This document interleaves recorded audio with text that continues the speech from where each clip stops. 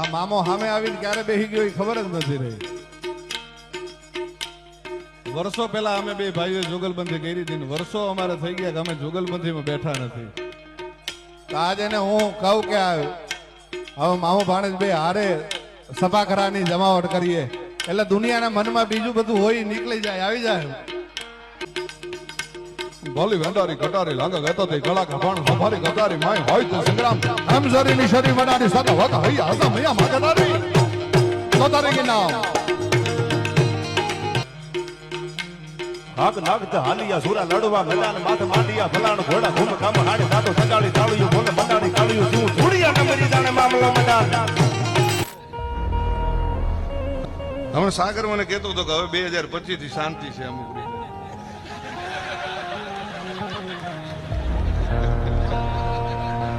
એટલે નવું વર્ષ છે અને માતાજીના જન્મોત્સવથી આપણે શુભ શરૂઆત કરી છે એટલે હવે વાંધો નહીં આવે. પણ માતાજીના મંદિરે સમાધાન થઈ ગયું હોય કોનબાઈ માના મંદિરમાં, અને ત્યાર પછી બોલે આથી બીજા મોટા ખદડા હોય ક્યાં, આથી બીજા મોટા ખહુરિયા હોય ક્યાં. મને અફસોસ એ વાતનો છે કે મારે તો તૈયારી છે જ, પણ સાહેબ એને મારી માં હોનબાઈનો મલાદો રાખતાય ન આવ્યું. આ મામો સામે આવીને ક્યારનો બેહી ગઈ ખબર ન પડી. આવતો રે માથે સ્ટેજ ઉપર. અમે બે ભાઈઓએ વર્ષો પહેલાં જુગલબંધી કરી હતી ને આજે ફરીથી એક વખત જુગલબંધી કરી લઈ એટલે દુનિયાના મનમાં જે હોય એ બધું નીકળી જાય. આ શબ્દો છે બ્રિજદાન ગઢવીના. અને તમને સૌ કોઈને ખબર છે કે 2022માં સોનબાઈ માતાના મંદિરમાં જે બ્રિજદાન ગઢવી અને દેવાયત ખવડ વચ્ચે જે ઝઘડો ચાલતો હતો એનું સમાધાન થયું હતું. માં સોનબાઈની ટેક લીધી હતી. જે પણ ટીકા ટિપ્પણી કરી એ બધી પૂરી કરવાની વાત હતી. અને ફરીથી ઇન્સ્ટાગ્રામ હોય, ફેસબુક હોય કે ગમે ત્યાં આપણે એક નહીં ને બીજી રીલ અથવા તો વિડીયો સ્ક્રોલ કરીએ તો સામે ફરીથી આવતા દેવાયત ખવડ અને બ્રિજદાન ગઢવી જોવા મળે. નમસ્કાર, હું છું ઉમંગ રાવલ ને આપ જોઈ રહ્યા છો ગુજરાત ફર્સ્ટ. ચર્ચા એટલા માટે કરવી છે કે બ્રિજદાન ભાઈ છે એમના પિતાશ્રી ઈશરદાન ગઢવી, અને તે વખતે દેવાયત ખવડ છે એમની સાથે ગાતા. બ્રિજદાન ગઢવી અને દેવાયત ખવડે પણ જુગલબંધી કર્યાના વિડીયો છે. પરંતુ પાછું શું થયું? 2022નું એક નિવેદન દેવાયત ખવડનું એવું કે હવે 2025માં હું સિલેક્ટેડ ડાયરા કરીશ, અને 2025ની જ્યાં શરૂઆત થાય અને શરૂઆતના દિવસોમાં જ બ્રિજદાન ગઢવી થકી ફરીથી ટિપ્પણી કરવામાં આવે કે સાગર હવે તો લોકો શાંત થઈ જશે, 2025 આવ્યું છે એમ કરીને એક વિડીયો છે એ સોશિયલ મીડિયાની અંદર વાયરલ થાય. સામે જે છે એ દેવાયત ખવડ પાછા વળતો જવાબ આપે કે એણે તો માં સોનબાઈની પણ લાજ ન રાખી અને ટેકની જે વાત કરી હતી એ પણ ભૂલી ગયો, અને હવે તો જો માફી માંગુ તો મારે ડાયરા કરવાના બંધ કરી દેવા છે, ને આવા દો મોરે મોરું ભટકાડી દો એવી વાત છે. વળતો જવાબ દેવાયત ખવડ એ પણ એક જ્યાં ડાયરો યોજાયો હતો ડાયરાના સભા સ્થળ ઉપરથી, ડાયરાના સ્ટેજ ઉપરથી એ દેવાયત ખવડ પાછા બ્રિજદાન ગઢવીને છે એ સણસણતો જવાબ આપે. એ પહેલા બંને વિડીયો આપને બતાવી દઉં કે બ્રિજદાન ગઢવીએ શું કહ્યું હતું અને વળતા પ્રહારમાં દેવાયત ખવડે શું કહ્યું. ઓહો હો, હમણાં સાગર મને કહેતો હતો કે હવે 2025 થી શાંતિ છે અમુક રીતે.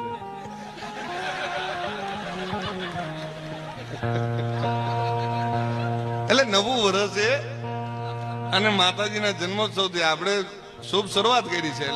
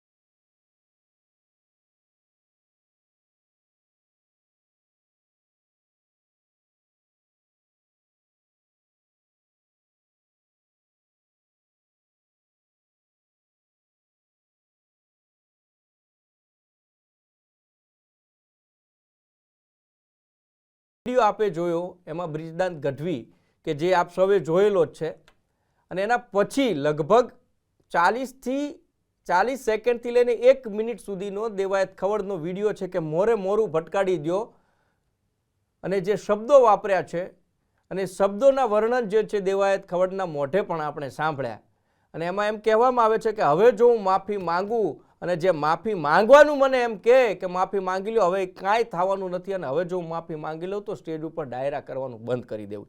આ પછી એક વિડીયો પાછો સોશિયલ મીડિયામાં વાયરલ થયો છે.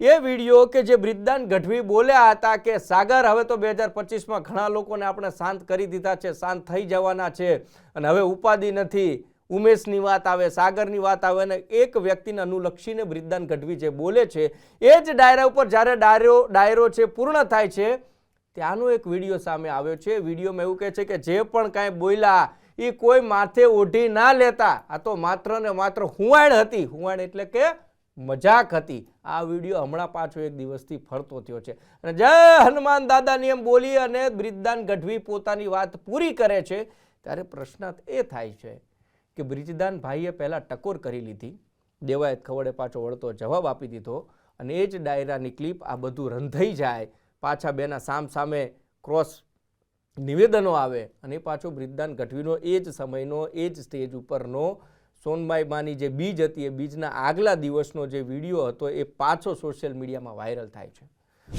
આજના આ આનંદમાં હોનબાઈ માની બીજમાં આજ માત્ર ને માત્ર જે કાંઈ આપણે બોલ્યા છે એ માતાજીને કાં તો રાજી કરવા, એની ચેતનાને આપણે એની ચેતના પાસેથી આશીર્વાદ મેળવા કે ખાલી આનંદ કરવા, એટલે કોઈ માથું લગાડતા નહીં. તમે મારા છો ને હું તમારો છું, એટલે આ બધી જે હુવાણ હતી નિખાલસ હુવાણ હતી, એટલે કોઈ એવું ન રાખતા કે ભાઈ જાણી જોઈને આમ કર્યું. ના, માત્ર હુવાણ અને બોલો હનુમાન માત કી. પ્રશ્નાર્થ એમ થાય છે કે એક બંને સાહિત્યકારો છે, બંને સાહિત્ય વાંચી ગુજરાતના લોકોને સાથે જ ગુજરાતની જે ભૌમ છે અને ભૌમના જે પરાક્રમો છે, જે વીરગાથાઓ છે, એ વીરગાથાઓ લોકો સુધી પહોંચાડે છે. સમય ક્યાંથી શરૂ થયો, શું થયું એ દેવાયત ખવડ જાણે અને બ્રિજદાન ગઢવી જાણે કે બેને અંટસ ક્યાંથી પડી, પરંતુ અંટસ પડ્યા પછી એક સમાધાનની વાત આવી. સોનબાઈ માના મંદિરે બંને સોગંદ ખાધા કે આજ પછી એકમેક ઉપર કોઈ પણ પ્રકારની ટિપ્પણી નહીં કરીએ, પરંતુ ફરીથી બ્રિજદાન ગઢવીએ જે સોનબાઈ માની બીજ હતી એના પૂર્વ દિવસે જે ડાયરાનું આયોજન થયું ને ત્યાંથી જે ટીકા કરી, પાછો દેવાયત ખવડ બીજા જગ્યાએ જે ડાયરો હતો ત્યાંથી વળતો જવાબ બ્રિજદાન ગઢવીને આપે છે. પ્રશ્નાર્થ એ થાય કે તમે એક મંદિર ઉપર જાઓ છો, એ મંદિર છે કે જ્યાં લાખોની સંખ્યામાં શ્રદ્ધાળુઓ ત્યાં માને છે. એ બંને, એ બ્રિજદાનભાઈ ગઢવી હોય કે દેવાયતભાઈ ખવડ હોય, એ બંને સાહિત્યકારો અને લોક ડાયરાના જે ગાયકો જે છે બંને ત્યાં એ બે માતાજીને માને છે. ત્યાં આગળ તમે ટેક લો છો, અને ટેક એટલે કે તમે નેમ લીધી કે હવે ભાઈ અમે ટીકા ટિપ્પણી નહીં કરીએ. તો શરૂઆત કેમ થઈ જાણવાનો પ્રયત્ન એવો કર્યો છે ત્યાંથી, તો જાણવા એવું મળ્યું છે કે દેવાયત ખવડનું કહેવું છે કે જેટલા પણ આ 7-8 મહિના થઈ ગયા, જે વાત સમાધાનની થઈ હતી, પરંતુ 7-8 મહિનાથી બ્રિજદાન ગઢવી જે પણ મેણા ટોણા સ્ટેજ ઉપરથી મારે છે નામ લીધા વગર, એ મારા ઉપર જ છે, અને એ હવે સહન નથી થતું. અને આ વખતે જે સ્ટેજ ઉપર બોલ્યા બ્રિજદાન ગઢવી, એમણે તમામ હદો વટાવી દીધી છે, અને એના માટે હવે મારે કોઈ સમાધાન કરવાનું થતું નથી, અને હવે ગમે ત્યાં મળે મોરે મોરો ભટકાવી દેવી વાત થઈ રહી છે. અને જો હવે સમાધાનની વાત નથી આવતી તો આ જે વિવાદ છે ક્યાં જઈને અટકશે એ જોવાનું રહેશે. પરંતુ આ વિવાદની અંદર એમ થાય કે જે સાહિત્યકારો એક બાજુ એકબીજાની માફી માંગી લે છે, ફરી પાછા એક બાજુના નિવેદનો આવી રહ્યા છે, ક્યાંક આ મોટું સ્વરૂપ લેશે કે કેમ? કારણ કે સાહિત્યકારોને અનુકરણ કરવાવાળા હજારોની સંખ્યામાં લોકો હોય છે, ને જ્યારે પણ બ્રિજદાનભાઈ બોલે કે દેવાયતભાઈ ખવડ બોલે એટલે એમને હોંકારા અને પડકારાથી ઝીલી લેવામાં આવે છે. તો આ ઝીલવાવાળા લોકોને પણ એક વાત કહેવી છે કે તમે પણ સાચવજો કે આ બે સાહિત્યકારોએ આપણા ગુજરાતની ધરામાં જે વીર ગાથાઓ ગાય છે, કે જે વીર લોકો થઈ ગયા, એમની જે વાતો લોકો સુધી પહોંચ્યા છે, હોંકારો પડકારો કરો છો તો એ પણ ધ્યાન રાખજો કે આ બેની અંટસ છે એને દૂર કરવાનું કામ પણ એ લોકોનું છે કે જે હોંકારા પડકારા કરી રહ્યા છે કાલ ઉઠીને એવું ન બને કે આ લોકોનો વિવાદ એટલો વધી જાય કે આખા ગુજરાતની સંસ્કૃતિ અને સાહિત્યને નીચું જોવું પડે. નમસ્કાર.